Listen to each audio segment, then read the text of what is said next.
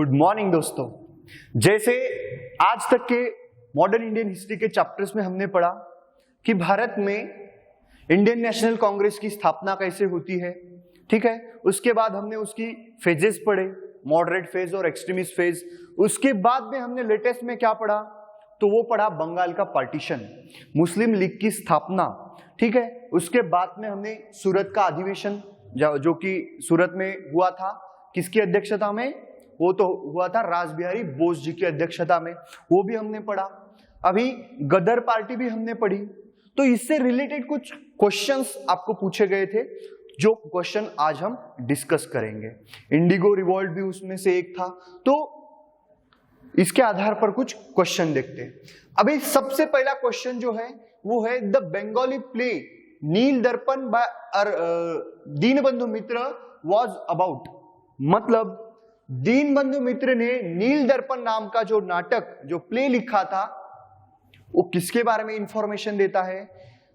तो ऑप्शन है the common man, the artisans, the handloom weavers, and option D है the indigo planters. तो याद रखो, मैंने जिक्र किया था इस बात का, नील दर्पण के आधार पर एनडीए की एग्जामिनेशन में क्वेश्चन पूछा गया था। नील नाम में ही है, नील मतलब वही इंडिगो। तो क्या होता है कि बंगाल के एरिया में जो भी पीजेंट्स है, टीनर्स है, किसान है, उनके ऊपर इंपोज किया गया था, उनके ऊपर दबाव बनाया गया था कि आपको नील का उत्पादन लेना है, इंडिगो का उत्पादन लेना है। इसी के आधार पर दीनबंधु मित्र ने ये एक्ट प्ले लिखा था जिसका नाम नील दर्पण है। तो जिसमें इंफॉर्मेशन किसकी दी गई है? The indigo planters. इसीलिए अपना आंसर क्या रहेगा? D. Next question, what is the correct sequence of the following events? ये कुछ रिवॉल्ट्स के नाम है और इसमें एक पैक्ट है। अभी जानते हैं कि इसका सही ढंग से कोड क्या रहेगा। इंडिगो रिवॉल्ट, कांड revolt, mutiny of sepoy and Lucknow pact. इसमें से 3 महीने आपको पढ़ाए हैं। अभी लखनऊ पैक्ट आने वाला है, लखनऊ पैक्ट के बारे में भी हम पढ़ेंगे, बट इंडिगो रिवॉल्ट हमने पढ़ा है और म्यूटिनी ऑफ सिपाही मतलब 1857 का रिवॉल्ट। अभी ये कांड रिवॉल्ट क्या है? तो ये एक ट्राइबल मूवमेंट थी, ट्राइबल रिवॉल्ट था। कब? तो ये था 1857 रिवॉल्ट के पहले। तो याद रखो, ये कांड रिवॉल्ट हुआ था 1846 में, 1846 में। और लखनऊ पैक्ट कब हुआ है? तो वो हुआ है 1916 में। लखनऊ पैक्ट में क्या होता है? लखनऊ पैक्ट में जैसे मैंने कहा था, सूरत अधिवेशन में एक्सट्रीमिस्ट फेज और मॉडरेट फेज में 2 विभाजन बन जाते हैं। फिर से उनको जरूरत लगती है कि हमारा एक देश है, हमने सब मिलके स्वराज की मांग करनी चाहिए, फ्रीडम की मांग करनी चाहिए। तो एक्सट्रीमिस्ट फेज और मॉडरेट फेज 9 साल के बाद लखनऊ अधिवेशन में एकत्रित आते हैं, एक साथ आते हैं, जो सूरत अधिवेशन में 1907 में एक दूसरे से अलग हो चुके थे। तो ये था लखनऊ पैक्ट। कब हुआ था?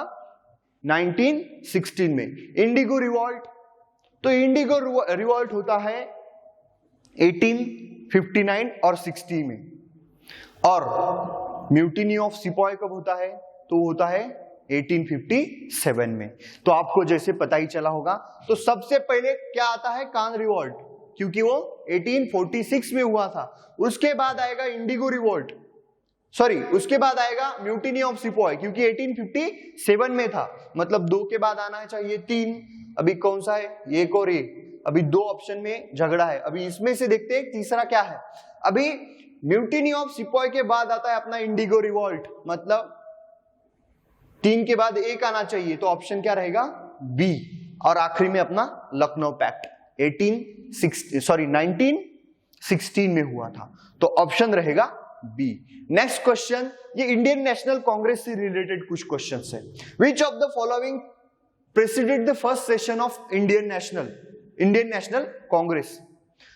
तो 4 नाम दिए हैं और बिल्कुल कंफ्यूज करने वाले नाम है। A.O. ह्यूम, दादा भाई नौरोजी, गोपाल कृष्ण गोखले और व्योमेश चंद्र बैनर्जी।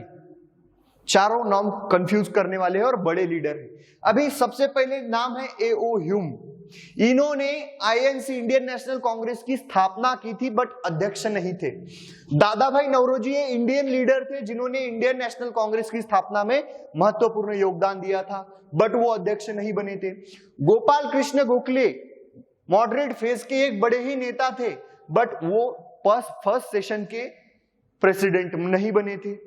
और व्योमेश चंद्र बैनर्जी, ये डी ऑप्शन जो है ये आपका सही ऑप्शन है। व्योमेश चंद्र बैनर्जी मुंबई में हुए 1885 के इंडियन नेशनल कांग्रेस के फर्स्ट सेशन के प्रेसिडेंट बने थे। दादा भाई नौरोजी 1886 में दूसरे सेशन के अध्यक्ष बने थे। तो ये बात आपको याद रखना है, ऑप्शन रहेगा D. Next question, who was the following is known as great grandfather of India? याद रखो ये नाम है दादा भाई नौरोजी। दादा भाई नौरोजी को भारत के पितामह कहा गया है, great grandfather of India. 3 bar Indian national Congress के हेड बने हैं, सबसे ज्यादा हेड बने हैं वो। और इसके अलावा भी भारतीयों में इकोनॉमिकल नेशनलिज्म की भावना अगर किसी व्यक्ति ने जागृत की होगी तो वो है दादा भाई नौरोजी। दादा भाई नौरोजी ने ड्रेन थ्योरी ऑफ इंडिया एक ग्रंथ लिखा है जिसमें भारत का जो एक्सप्लॉयटेशन हुआ था ब्रिटिशों द्वारा, ब्रिटिश क्या करते थे, कच्चा माल यहां से खरीद करते थे और उसको ब्रिटेन में जाके उसके ऊपर कुछ प्रक्रिया करके उसको पक्का बनाते थे और यहां पर दोगुनी भाव से बिकाते थे, बेचते थे। तो क्या होता है कि इससे भारतीयों का एक्सप्लॉयटेशन होता है और जो बात दादा भाई नौरोजी ने सबसे पहले अपने बुक में भारतीयों के सामने रखी। तो भारतीयों में इकोनॉमिकल नेशनलिज्म की जो कंसेप्ट है ये इंट्रोड्यूस करने में और उसकी जागरूकता करने में सबसे महत्वपूर्ण योगदान है दादा भाई नौरोजी का। आइए नेक्स्ट देखते हैं। थर्ड क्वेश्चन है, the first session of Congress was held in, जैसे पहले ही थोड़ी देर पहले जिक्र किया था, बॉम्बे। आंसर क्या रहेगा? C. Next, which of the following leaders was not the moderate phase का मतलब नरम दल का नेता कौन नहीं है नीचे दिए गए ऑप्शंस में। आइए एक एक ऑप्शंस देखते हैं। लाला लजपत राय, सुरेंद्रनाथ बैनर्जी, ए.ओ. ह्यूम और जीके गोखले। जीके गोखले के बारे में अभी थोड़ी देर पहले मैंने जिक्र किया था, मॉडरेट फेज के सबसे बड़े नेता थे, तो ये तो ऑप्शन नहीं हो सकता। सुरेंद्रनाथ बैनर्जी, ये भी ऑप्शन नहीं हो सकता। और ए.ओ. ह्यूम, ये भी मॉडरेट फेज के थे, इन्होंने इंडियन नेशनल कांग्रेस की स्थापना की थी। ऑप्शन है लाला लाजपत राय बचा हुआ, वही अपना आंसर है। क्योंकि मैंने कहा था आपको एक्सट्रीमिस्ट फेज में 3 नाम सबसे इंपॉर्टेंट है, लाल, बाल, पाल। और लाल जो है यही है लाला, बाल जो है बाल गंगाधर तिलक और पाल जो है बिपिन चंद्र पाल। एक्सट्रीमिस्ट फेज के 3 सबसे बड़े नाम हैं, लाल, बाल, पाल के नाम से भी इनको जाना जाता है। अभी question number 4, consider the following statement. अभी ये कुछ स्टेटमेंट दिए गए हैं और नीचे ऑप्शन में नाम दिए गए हैं। तो ये तीनों के तीनों स्टेटमेंट्स किस नाम को जुड़ती है ये अभी हम देखते हैं। He was imprisoned and sent to jail at Mande as a यहाँ पे चार्जेस चाहिए था, चार्जेस ऑफ सेडिशन एक्टिविटी, मतलब क्रांतिकारी गतिविधियां करने के लिए किस व्यक्ति को जेल में डाला गया था। ऐसा इस सेंटेंस का कहना है कि उस व्यक्ति को मैंडे के जेल में डाला गया था क्रांतिकारी एक्टिविटी, मतलब सरकार के विरोधी एक्टिविटी करने के लिए। अभी दूसरा है, Lord Hardinge declared him as a dangerous conspirator. एक रिवॉल्यूशनरी क्रांतिकारी थे और जिसको डेंजरस कॉन्स्पिरेटर कहा गया है, किसके द्वारा? लॉर्ड हार्डिंग द्वारा। तीसरा जो सेंटेंस है, he died while protesting against the Simon commission इन 1928। अभी 1928 मतलब इस समय में उस व्यक्ति की मौत हो गई थी। अभी आइए देखते हैं क्या होता है कि इसमें से हमें एक मालूम है कि बाल गंगाधर तिलक, इनकी मौत 1920 में होती है, तो ये यही तीसरे सेंटेंस में ही पहला नाम कट जाता है। दूसरा नाम है बिपिन चंद्र पाल। ठीक है, बिपिन चंद्र पाल ये जो नाम है, हार्डिंग्स ने उनको ये सेंटेंस नहीं कहा था या फिर उनको इस जेल में भी नहीं डाला गया था, ये भी नाम कट जाता है। भगत सिंह जो सबके परिचय के हैं, इनको फांसी की सजा हुई थी। ठीक है, बट क्या है कि ये प्रोटेस्टिंग में, साइमन कमीशन के प्रोटेस्टिंग में उनकी मौत नहीं हुई थी, ये शहीद हुए थे देश के लिए, बराबर है, इनको मौत की, फांसी की सजा सुनाई गई थी, तो ये भी ऑप्शन नहीं बन सकता। ऑप्शन है अपना डी, लाला लाजपत राय। लाला लाजपत राय को ही जेल में भेजा गया था सेडिशन एक्टिविटी के चार्जेस पर। उसके बाद लॉर्ड हार्डिंग्स ने ही उनको सबसे बड़ा डेंजरस कॉन्स्पिरेटर माना था और साइमन कमीशन के प्रोटेस्ट के अगेंस्ट में लाठीचार्ज के दरमियान वो घायल हो जाते हैं। कौन? लाला लाजपत राय। और घायल होने के बाद ही उनकी मौत हो जाती है। ऑप्शन रहेगा अपना D. With reference to Dadabhai Naoroji consider the following statements. क्या है स्टेटमेंट्स, आइए जानते हैं। इन 1866 he set up the East India Association. Okay, he is popular in Indian history as a grand old man of India. Next, he was the thrice made the president of Indian National Congress. Which of the given statements is or are correct? अभी 3 statements दिए गए हैं। इन्होंने 1866 में east India association की स्थापना की है, उसके बाद उनको भारत के पितामह, जैसे मैंने आपको कहा था, तो ये तो सेंटेंस सही है 2 नंबर का। ये 3 बार इंडियन नेशनल कांग्रेस के प्रेसिडेंट बने थे, थोड़ी देर बाद पहले ही मैंने जिक्र किया था। ये दोनों के दोनों सही है, इसके बारे में थोड़ा सा डाउट है। आइए जानते हैं आंसर क्या रह सकता है। अभी यहां पर 1 और 2 ये भी आउट हो जाता है, 2 ये भी आउट हो जाता है, ये भी आउट हो जाता है। अभी सॉरी, यहां पर 2 रहना चाहिए, यहां पर 3 है, तो 1 2 3 ऐसा है।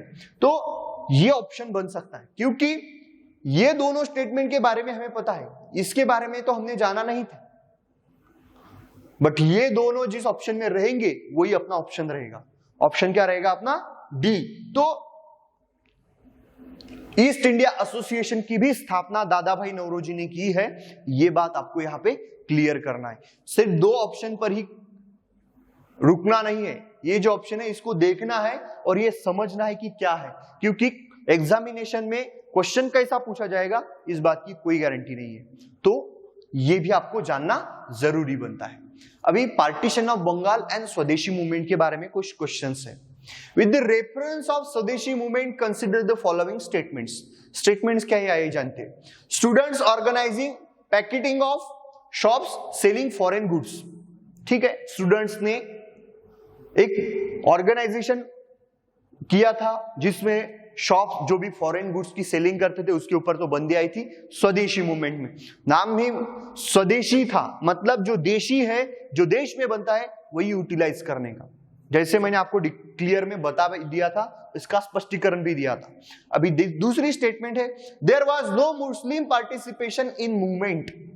मुस्लिम लोगों का स्वदेशी मूवमेंट में पार्टीशन नहीं था, ऐसा ये स्टेटमेंट कहता है। तीसरा स्टेटमेंट है, urban middle class women took active part in it. मतलब स्वदेशी मूवमेंट में शहर में रहने वाली मिडिल क्लास फैमिली की औरतें जो है उन्होंने भी इस मूवमेंट में पार्टिसिपेशन लिया था, ऐसा इस स्टेटमेंट का कहना है।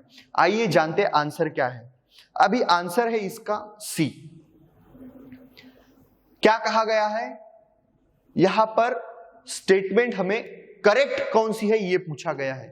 तो करेक्ट स्टेटमेंट्स हैं कि स्टूडेंट्स ने ये organising picketing of shop selling foreign goods, ये भी स्टेटमेंट सही है।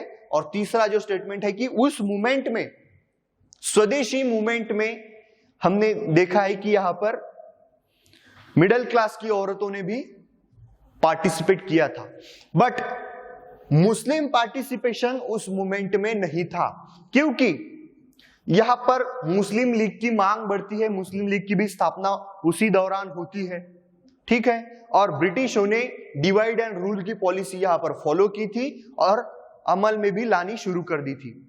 हिंदुओं और मुस्लिमों में फूट डालना शुरू कर दिया था। एक्चुअली ये जो स्वदेशी मूवमेंट है एक्चुअली बंगाल में ही ज्यादा तीव्र थी, और क्या है कि इंटेलेक्चुअल पीपल भी बहुत सारे बंगाल में ही थे, और बंगाल का जो कलकत्ता है, कोलकाता जिसको हम जानते हैं, वो उस समय भारत की कैपिटल थी, ब्रिटिश गवर्नमेंट की कैपिटल थी। तो राजधानी के आसपास के एरिया में राजनीतिक गतिविधियां होती रहती है। आज भी हम दिल्ली में देखते हैं कि वो गतिविधियां आज भी देखी जा सकती है, बट उस समय में कलकत्ता में होती थी। ये भी एक सबसे बड़ा रीजन है बंगाल के पार्टीशन के पीछे का।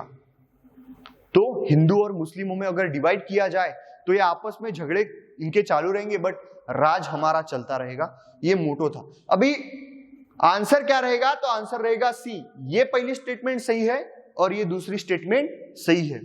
ब्रिटिशों ने डिवाइड एंड रूल पॉलिसी के तहत मुस्लिमों को इस स्वदेशी मूवमेंट में पार्टिसिपेशन में भाग लेने से मना कर दिया था। ब्रिटिशों के बहकावे में आके मुस्लिम लोगों ने पार्टिसिपेशन करने से मना कर दिया था। आइए नेक्स्ट देखते हैं। Consider the following statements. पहला स्टेटमेंट है the Swadeshi movement had its genesis in the anti partition movement which started to oppose the British division to partition of Bengal. मतलब दूसरा स्टेटमेंट है people from all communities took part in Swadeshi movement. दूसरी का मतलब है people from all communities, सारे समाज के लोगों ने, सारे समुदाय के लोगों ने स्वदेशी मूवमेंट में पार्टिसिपेशन दिया था। पहला स्टेटमेंट है Swadeshi movement had its genesis in the anti partition movement which started to oppose the British division to partition of Bengal. मतलब स्वदेशी मूवमेंट एक बंगाल के पार्टीशन का अपोज करने का एक तरीका था, ऐसा पहला स्टेटमेंट कहता है। और दूसरा स्टेटमेंट क्या कहता है कि सारे समाज के, सारे समुदाय के लोगों ने एंटी पार्टीशन मूवमेंट में स्वदेशी मूवमेंट में पार्टिसिपेट किया था। अभी यहां पर आंसर क्या रहता है? आंसर क्या रहता है? तो वो आंसर रहेगा अपना सी। बोथ ए एंड बी, मतलब एक और दो, दोनों के दोनों सही है। ठीक है। अभी एंटी पार्टीशन स्वदेशी मूवमेंट में हमने सबसे पहले देखा था कि इस्लाम समुदाय के लोगों ने पार्टिसिपेशन करने से पहले तो मना कर दिया था, बट आगे में ये मूवमेंट कब तक चलती है कि जब तक नॉन कोऑपरेशन मूवमेंट शुरू नहीं होती तब तक। जैसे ही लखनऊ पैक्ट हमें होता हुआ दिखाई देता है, उसके बाद यहां पर इस्लाम मुस्लिम लीग के जो भी नेता थे या फिर लोग थे या फिर मॉडरेट फेस के थे या फिर एक्सट्रीमिस्ट फेस के थे, सारे एकत्रित आकर नेशनल मूवमेंट से जुड़ जाते हैं। और सारे समुदाय के लोगों ने उस समय में, कब? लखनऊ पैक्ट के बाद ये स्वदेशी मूवमेंट में पार्टिसिपेशन किया था। तो यहां पर आंसर क्या रहेगा? एक और दो, दोनों के दोनों सही रहेंगे। अभी what is the argument offered by the government of British India for affecting the partition of Bengal in 1905? Statements दिए गए हैं, ये कुछ कारण है, स्टेटमेंट्स तो नहीं है, कुछ कारण है जो ब्रिटिशों ने दिए थे। किसके लिए? कि ये वजह बनी है कि हमें बंगाल का पार्टीशन करना पड़ेगा, इस वजह से। मैंने आपको वजह भी बताई थी। आइए जानते हैं अभी 4 ऑप्शन क्या दिए गए और उसमें का सही आंसर क्या रहेगा। Area and population of Bengal was large. ये एक कारण बताया था मैंने कि बंगाल का जो एरिया था वो सबसे बड़ा प्रोविंस था उस समय। इसमें आज का पूरा बांग्लादेश, आसाम, पूरा पश्चिम बंगाल, उसके बाद इसमें आता है उड़ीसा, झारखंड, ये जो पूरे स्टेट्स है, ये सारे स्टेट मिला के बंगाल का एरिया बनता था, बहुत बड़ा प्रोविंस था। तो ये स्टेटमेंट सही रहेगा। कम्युनिकेशन प्रॉब्लम, ये भी एक रीजन था। इतना बड़ा एरिया है, इसके इतने बड़ी एरिया पर हमें नजर रखनी है, नियंत्रण रखना है, कम्युनिकेशन की प्रॉब्लम थी, ये दूसरा रीजन दिया गया था ब्रिटिशों द्वारा। सिक्योरिटी ऑफ हाईवेज, तो सिक्योरिटी ऑफ हाईवेज ये भी एक बढ़िया रीजन था, क्योंकि वो कैपिटल कब कहां पर थी? कलकत्ता में थी, इकोनॉमिकल एक्टिविटी कलकत्ता से ज्यादा होती थी, ठीक है। और उस समय में जो भी प्रोडक्ट्स बनते थे उसकी आन जान जो भी रास्ते से चलती थी वो सिक्योर्ड होने चाहिए, इसके लिए नियंत्रण अच्छा रहना चाहिए। तो ये जो बात थी ये इंपॉर्टेंट थी कि सिक्योरिटी ऑफ हाईवेज, मतलब देश के रास्तों की, हाईवेज की सुरक्षा करना ये एक सरकार की जिम्मेदारी बनती है, और ये एक रीजन सामने लाया था किन्होंने, ब्रिटिशों ने। चौथा ऑप्शन है हरासमेंट ऑफ पीजेंट्स, कि किसानों का नुकसान हो रहा है, किसानों के ऊपर हम ध्यान नहीं दे पा रहे हैं, और इतना बड़ा एरिया होने के कारण बहुत सारे किसान हैं और वहां की जमीन भी बहुत उपजाऊ है, बहुत सारे किसान हैं, तो इनके ऊपर ध्यान देने के लिए हमारा ध्यान बांटा जा रहा है क्योंकि एरिया बहुत बड़ा है। अगर इसको उसके दो पार्ट बनाए जाए तो हम उनके ऊपर ज्यादा अच्छे से ध्यान दे सकेंगे। ऐसा ये चौथा रीजन बताया गया था ब्रिटिशों द्वारा, किसके लिए, बंगाल के पार्टीशन के लिए। तो ये चारों के चारों रीजन ब्रिटिशों ने दिए थे, चारों के चारों सही है, मतलब ऑप्शन क्या रहेगा अपना, डी। तो ऐसे क्वेश्चंस बनते हैं। अभी चौथा क्वेश्चन है, कंसिडर द फॉलोइंग स्टेटमेंट्स। क्या है statement? The partition of Bengal took effect on 16 October 1905। दूसरा स्टेटमेंट है 16 October 1905 was observed as a black day in Bengal। तीसरा स्टेटमेंट है 16 October 1905 was observed as a day of fasting in Bengal। याद रखो, मैंने कहा था कि रक्षाबंधन के दिन हिंदू मुस्लिमों ने एक दूसरे के रिश्त पर राखी बांधी थी। ये एक ब्लैक डे ही था बंगाल के हिस्ट्री का। उस समय लोगों ने उस पूरे दिन उपवास रखा था। तो दोनों के दोनों स्टेटमेंट, थर्ड और सेकंड, दोनों के दोनों सही है, और ये जो पहला स्टेटमेंट है ये भी सही है, क्योंकि इसी दिन हमें बंगाल के पार्टीशन का इफेक्ट दिखाई देता है। 16 अक्टूबर 1905 ये दिन याद रखना है, बंगाल के हिस्ट्री का ब्लैक डे है। उस दिन लोगों ने फास्ट रखे थे, हिंदू और मुस्लिमों ने दोनों ने फास्ट रखे थे, उपवास रखे थे। तो हमारे तीनों के तीनों स्टेटमेंट सही है। ऑप्शन क्या रहेगा, डी। Why was the स्वदेशी मूवमेंट स्टार्टेड? स्वदेशी मूवमेंट की शुरुआत क्यों हुई थी? अभी चार ऑप्शन दिए हैं। लॉर्ड कर्जन डिवाइडेड बंगाल, दूसरा है of deindustrialization in India, तीसरा है the British government did not grant a responsible government to India, और चौथा जो है the British massacred innocent people at Jallianwala Bagh. क्या है ये जो है घटना जलियांवाला बाग, ये तो 1909 में होती है, इसका कोई लेन देन नहीं है। स्वदेशी मूवमेंट कब शुरू होती है? Just the partition of Bengal. और यहां पर हमें एक ही ध्यान में रखना है, डिइंडस्ट्रियलाइजेशन के कारण भी स्वदेशी मूवमेंट शुरू नहीं होती। ब्रिटिश गवर्नमेंट ने रिस्पॉन्सिबल गवर्नमेंट की मांग नकारने से भी नहीं होती। रीजन है ये, लॉर्ड कर्जन ने जो बंगाल का पार्टीशन किया उसका ही परिणाम था स्वदेशी मूवमेंट। स्वदेशी मूवमेंट में क्या क्या चीजें इन्वॉल्व थी मालूम है? स्वदेशी प्रोडक्ट्स, मतलब भारत में निर्माण होने वाली वस्तुओं का स्वीकार करना, ठीक है, भारत में निर्माण होने वाली वस्तुओं को ही खरीदी करना, ब्रिटिश जो भी गुड्स है, प्रोडक्ट्स है, उसको न खरीदी करना, उसके बाद स्वदेश में एजुकेशन लाना, ठीक है, भारतीय जो प्रथा परंपरा या फिर भारतीय जो वैदिक काल का जो भी नॉलेज है उसको ही यहाँ पर पढ़ाना, भारतीय संस्कृति को ही बढ़ावा देना, वेस्टर्न एजुकेशन का अस्वीकार करना। उसके बाद आखिरी में है स्वराज की मांग करना। स्वराज मतलब हमारा राज, स्व हमारा, राज मतलब शासन, स्वशासन की मांग, ये जो थी ये स्वदेशी मूवमेंट में इन्वॉल्व थी। ऐसे 4 पॉइंट्स स्वदेशी मूवमेंट में इन्वॉल्व थे, इसको चतुसूत्री भी कहा जाता है। अभी आगे देखते हैं मुस्लिम लीग के बारे में क्वेश्चन है। Which of the following institution was form by sir Syed Ahmad. Sir Syed Ahmad के बारे में मैंने आपको बताया था। अभी इन्होंने कौन सी इंस्टीट्यूशन फॉर्म की थी, अभी आपको जानना है।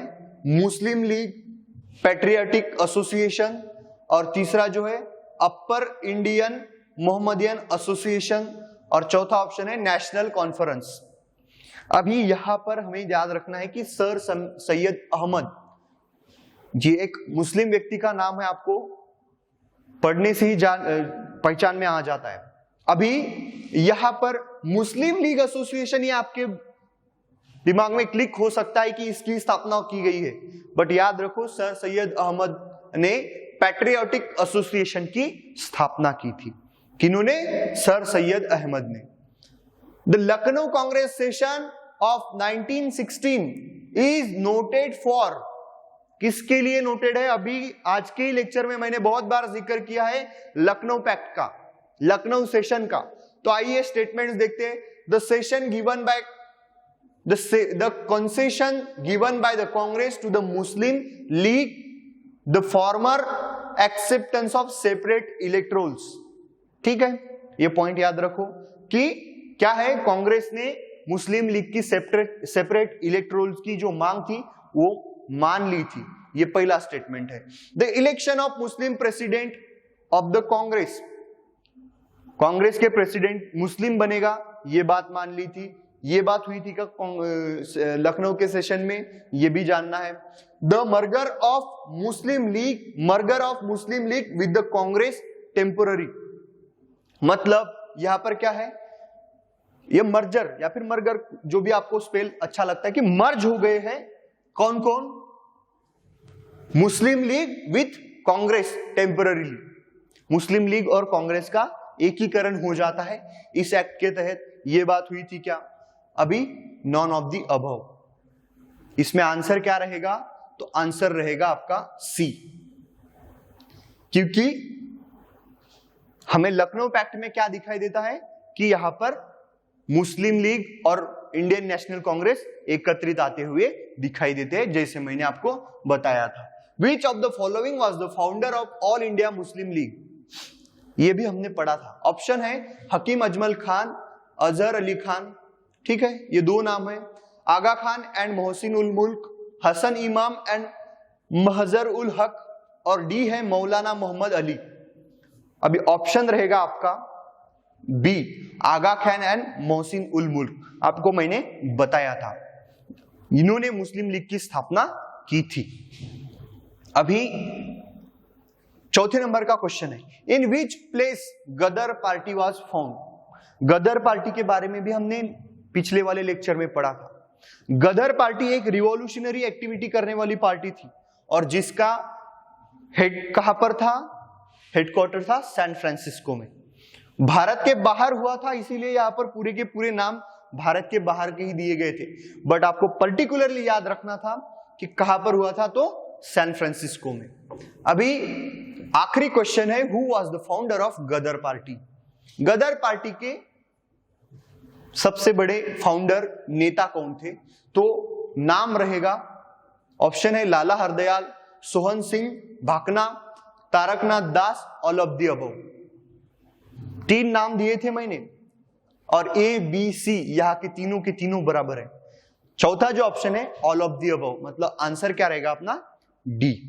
तो लेटेस्ट में पढ़ाए गए जो भी पोर्शन था उसके आधार पर ये क्वेश्चंस बनते हैं जो आज हमने डिस्कस किए हैं। अभी आगे आने वाले पीरियड में हम पढ़ेंगे, आगे आने वाले समय में पढ़ेंगे कि भारत में गांधी जी कैसे आते हैं, गांधी जी का एक नेतृत्व उदय कैसे होता है, कौन कौन सी मूवमेंट यहां पर गांधी जी ने शुरू की और उसका परिणाम क्या होता है।